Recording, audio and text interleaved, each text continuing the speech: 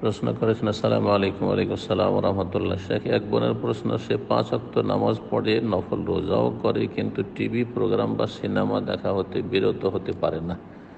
তার মানে তার নামাজের যে পার্টসগুলি রয়েছে, নামাজের রুকন, ওয়াজিব, নামাজের সুন্নত, সেগুলি ঠিক নেই। আর এই রকমই তার সিয়াম যে রোজা, তারও পার্টস ঠিক নেই। অবশ্যই তাতে দুর্বলতা আছে। এই জন্য নামাজ পড়া সত্ত্বেও বিভিন্ন পাপে জড়িয়ে যাচ্ছে।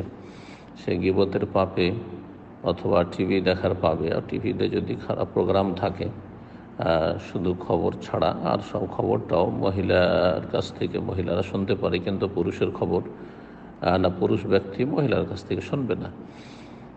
হারাম দেখা থেকে, হারাম শোনা থেকে বাঁচবে, অসার কথা থেকে বাঁচবে, সিরিয়াল দেখা, ফিল্ম দেখা, এসব থেকে বাঁচবে। এগুলি হারাম। মিউজিক বাজনা এসব থেকে বাঁচবে, এসব হারাম। গান থেকে বাঁচবে, গান বাজনা হারাম।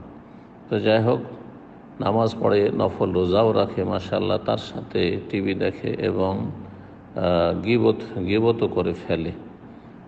এটা ইমানের দুর্বলতা এবং নামাজ রোজায় পার্টসগুলিতে দুর্বলতা আছে। ঠিকভাবে খুশুর সাথে, একাগ্রতার সাথে আল্লাহ সন্তুষ্টির জন্য, আল্লাহর সান্নিধ্য লাভের জন্য সালাত পড়া হচ্ছে না, শুধু দায়িত্ব আদায় করা হচ্ছে মনে হচ্ছে। এই জন্য কীভাবে নিজেকে শুধরাবার একটা উপায় হচ্ছে যে আপনি টিভি বাড়ি থেকে সরিয়ে দেন, বাড়িতে টিভি রাখেন না, সবচাইতে ভালো ব্যবস্থা।